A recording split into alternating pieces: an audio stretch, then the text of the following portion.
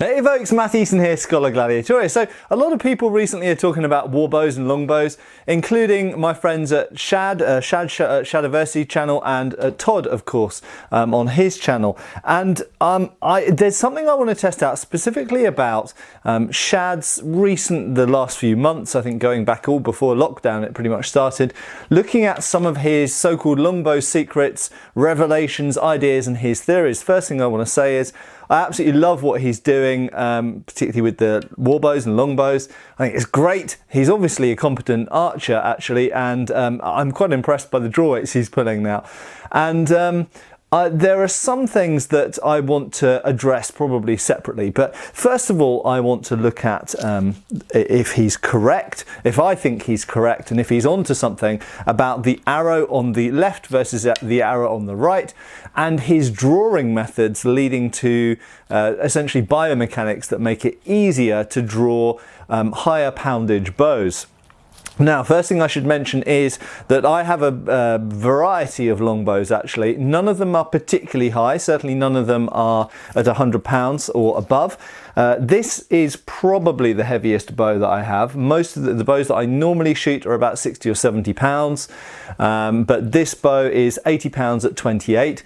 My standard draw length with a longbow that I can manage is actually about 31 inches. So I've got a fairly long arm, so I've got a fairly long draw length. And so therefore this bow, if I was pulling it at 31 inches, if we assume that this is in fact 80 pounds at 28, we're adding on 3 inches to that, and with around 2 to 3 pounds for each inch. So if we assume somewhere between 6 and 9, if we call it 7, if we be conservative, so we're talking this being about 87 pound draw weight, so nearly 90 pound draw weight if I'm pulling at 31 inches. If I manage to pull at 32 inches, then we're probably just slightly just tickling 90 pounds draw weight. So this is a fairly powerful bow, and I did used to shoot this regularly back in the day, back when I was shooting regularly, and I don't shoot very regularly at all now. I shoot a little bit in my back garden now that I've got a big enough garden to do so, but unfortunately I've just not been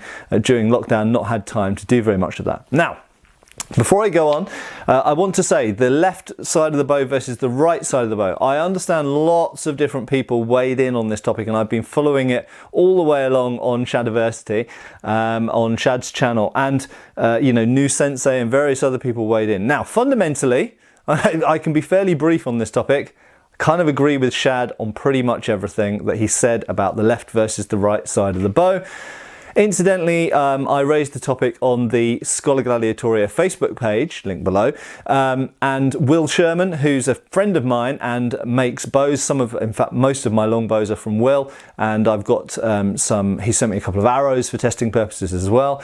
So I know Will, he usually comes to one of the events I run every year, so I know Will personally, and I fully respect when Will says something about longbows or arrows, I listen to it because his levels of research, he comes at it very much from a HEMA mindset, like I do with swords and the things that I normally deal with. And he also agrees fundamentally as well that fundamentally the historical evidence we've got from medieval Europe, medieval England and continental Europe clearly seems to indicate, as Shad has comprehensively and conclusively pointed out, that there are a number of variables in how longbows and arrows were used in this period, particularly in medieval England, but medieval Europe as a whole. And it is very clear that there are two common variables we see. In fact, three. I'll make that 3 common variables that we see demonstrated in the art and alluded to in the text as well. The first one is which side of the bow the arrow goes on.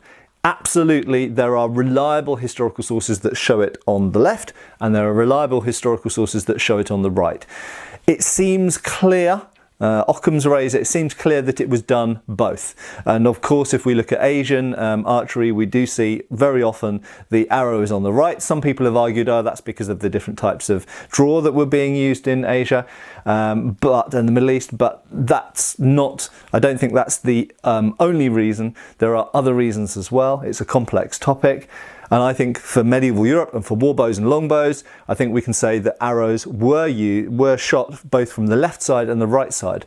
Moreover, and I'm not sure if Shad's mentioned this himself, but I've always felt that that was the case, long before this ever came up on YouTube.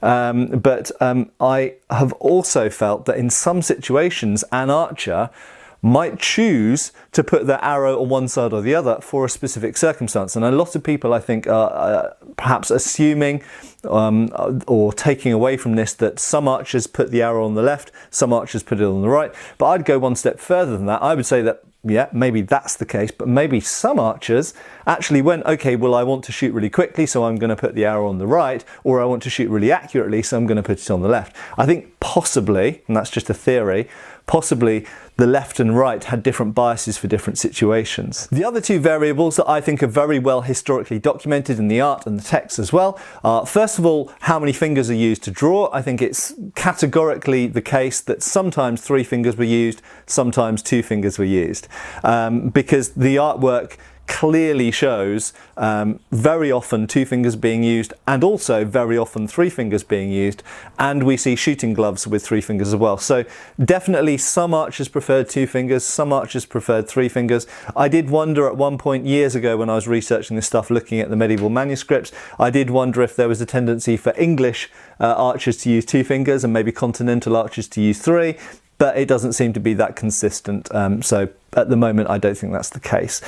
And finally, the final thing which I think is a variable, which Shad touched on really recently, and his video I watched today, which I highly recommend you go and check out his videos if you haven't done already, is the stance, the shooting stance. So I don't think there is only one way of drawing the bow. So some people do a stance which is very leaned forward, and some people, obviously traditional archery is much more upright, but if we look at the medieval art, we do see this leaning forward position, but we do see the very upright position, and as Shad pointed out, we also see sometimes a leaning back position, and the feet and the legs are arranged in different ways, sometimes almost like a lunge, sometimes they're just standing there, and even sometimes leaning on the back leg, and sometimes, amazingly, with the legs crossed over, which I'm not sure what to make of that, but anyway, so we see a lot of variation in the stance and the shooting stance, and I don't think we should just go, that's just artists. The fact is that medieval artists knew a certain amount about archery, or they observed it. So I don't think we should throw all of that kind of evidence out of the window. So I think there's many variables in medieval archery, and we shouldn't get stuck in this right and wrong mindset. I think quite simply there's many ways to skin a cat, and just the same if we look at fencing treatises, which is what I'm normally doing on my channel, there isn't only one way to use a rapier. No one in their right minds who've ever studied the historical sources for the use of rapiers would ever say, oh, well, rapiers were used like this. No, hold on. If you look at Spanish destreza or you look at vulgar Spanish style, 2 different things, then you compare them with the various different styles of use of the rapier in Italy at different periods by different masters. Then you look at Mayer's rapier, you look at Joseph Swetnam's rapier in England.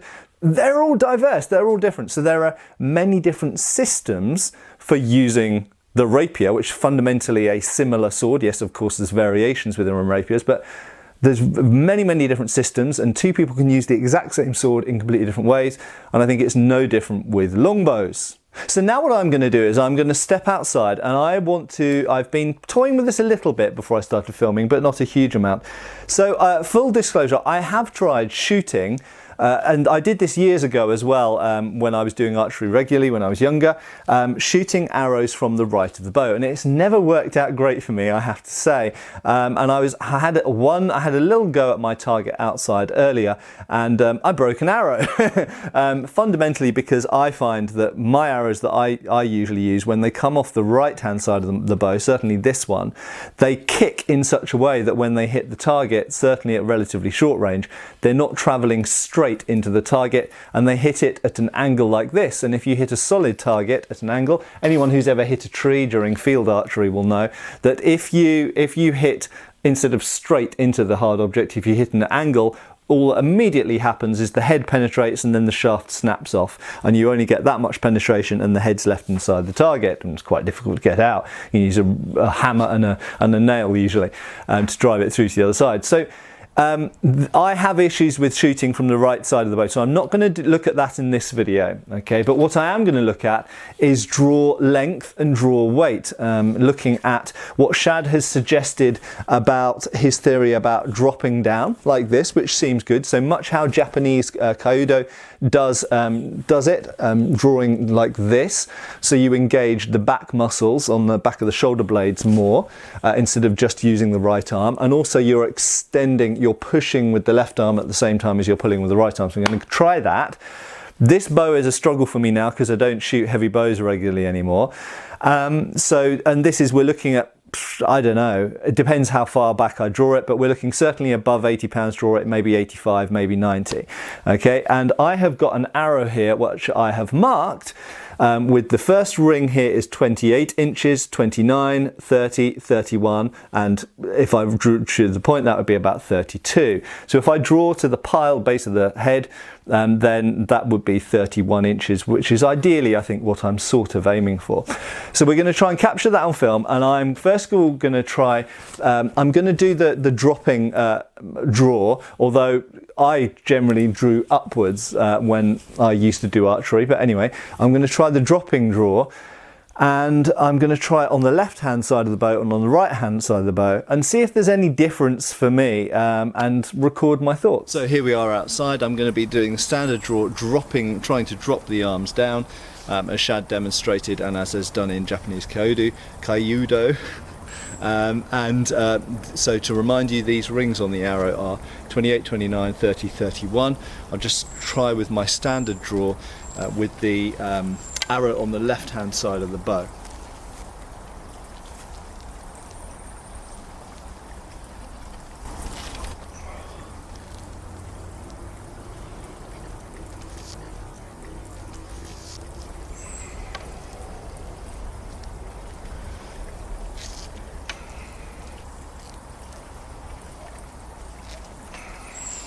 So I'm getting the feeling I'm only getting to 28, 29 most of the time there.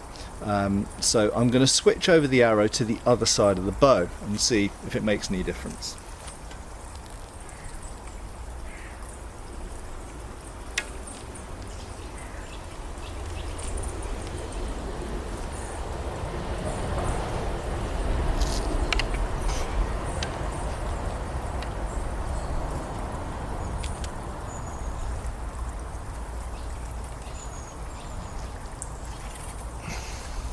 So straight away I'm finding it's a longer distance because I've got to tilt the bow outwards, as it were, to me, if that makes sense. It means that I'm naturally stretching out my chest, expanding my chest bigger, and so it's a longer distance from here to here than it was from here to here. So I do immediately seem to be getting an extra inch or perhaps even two.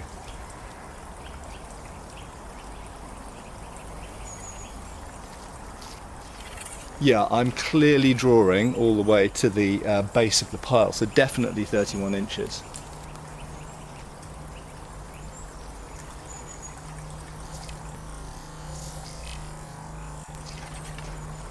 Yeah, no problem, and it's definitely easier getting that far up the shaft with having the arrow on the right hand side of the bow. The problem I'm having is having the arrow on that side of the bow is making me sort of pinch the arrow somehow, and as well as only having my thumb to keep it on there, I'm finding it's pulling the arrow away from the bow shaft.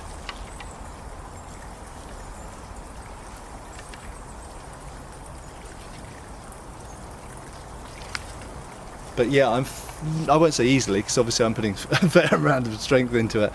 I'm getting to the base of the arrow there.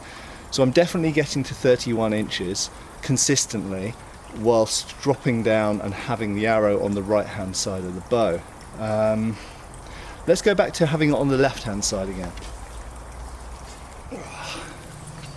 No, I'm done. So I'm drawing back to 28, at most 29 inches with the arrow on the left hand side of the bow, and I am succeeding to draw to 30 or 31 inches with the arrow on the right hand side of the bow. I'm going to have one more go with the arrow on the right hand side of the bow.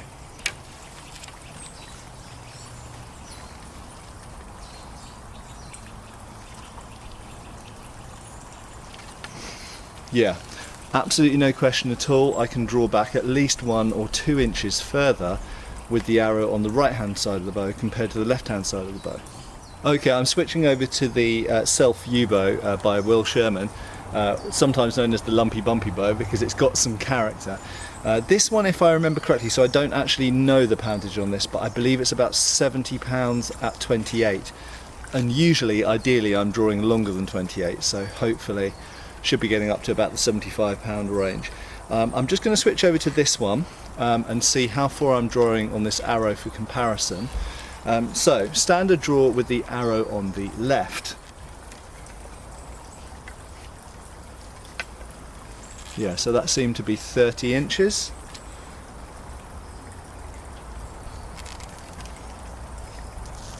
Yeah, 30 inches, so it was to that ring there. That one's 31, so that's 30. So 30 inches, so we're talking about 2 inches, if it is 70, if I remember correctly, if it is 70 pounds at 28, then we're talking, yeah, maybe about 74 pounds, something like that.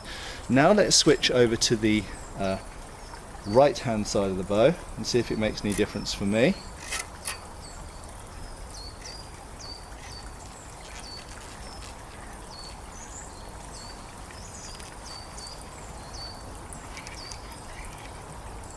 Yeah, all the way to 31, and I can hold it there easily.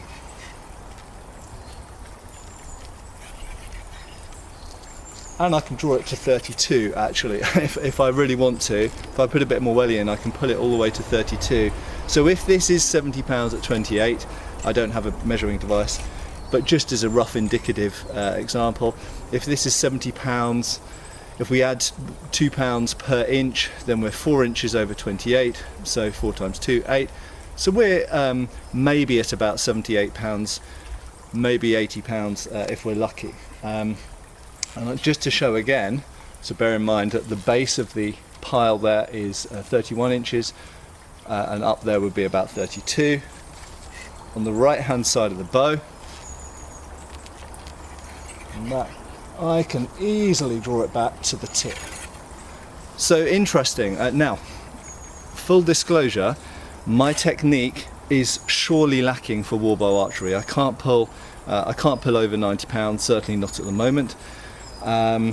But well, as far as I know, I can't anyway. I haven't tried. I've only got a bow of that weight. But at the moment, you know, I'm not shooting regularly and that kind of stuff. So I'm sure that my technique could be improved a lot, and I realise that I'm not dropping down and I'm not engaging the back muscles in the correct way that I should. But I do find it interesting that me, out of practice, rusty old archer, is able to pull about another inch or even 2 inches in some situations by having the arrow on the right hand side of the bow compared to the left hand side of the bow. That being said, when it comes to accuracy, I can't hit a barn door. Well, I can probably hit a barn door, but I certainly couldn't hit a person at anything beyond point blank range with my arrow on the right hand side of the bow, because I've spent my whole life shooting with arrows on the left hand side of the bow, and that's the way that I shoot.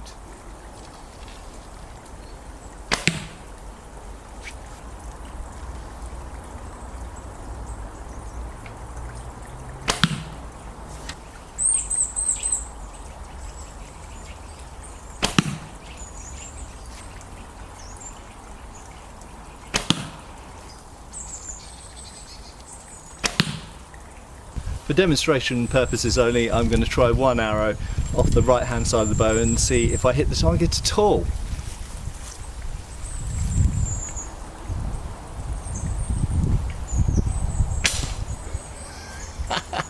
No!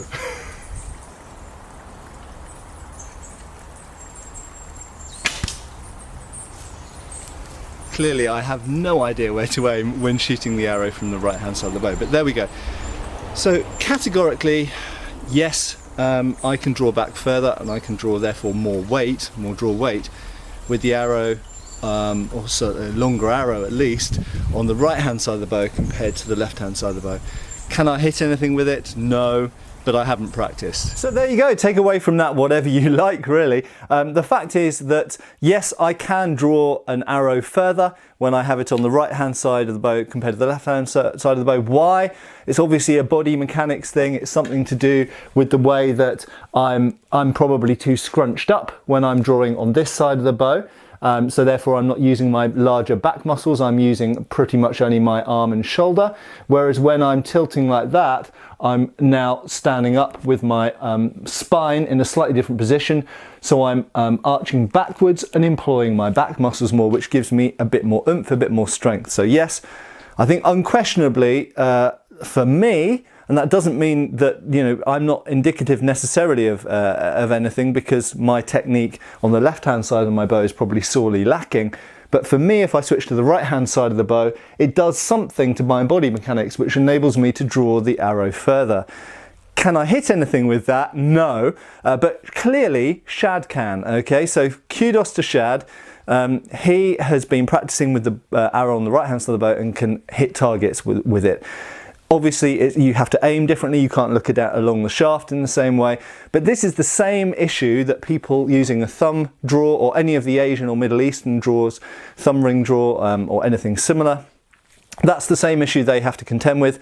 And you just compensate for it. You just practice and you aim in a different way. You aim more instinctively and you can hit targets like that. So that is my deficiency. That's not a deficiency with the system, so to speak. And finally, I just want to emphasize that 100% I agree with Shad that we can't ignore the historical evidence. It is very, very clear that in Europe, people were putting arrows on both sides of the bow, just the same as if we look in Asia and the Middle East, usually the arrow was on the right-hand side of the bow. Now, one final comment that I want to say. So, Shad has given loads of good manuscript examples of where the arrow is on the right-hand side of the bow. And, you know, I can give lots, I can give similar examples, the same examples, plus probably some more I can dig up as well. But statistically, we do have to concede that it does seem that in Europe it was probably more normal to have the arrow on the left-hand side of the bow. And that seems to have been more conventional. What the split is, some people, maybe Shad's arguing that the left or right side of the bow is 50-50. I don't know. Be interesting, Shad, if you want to comment. And do you think that it was a 50-50 split?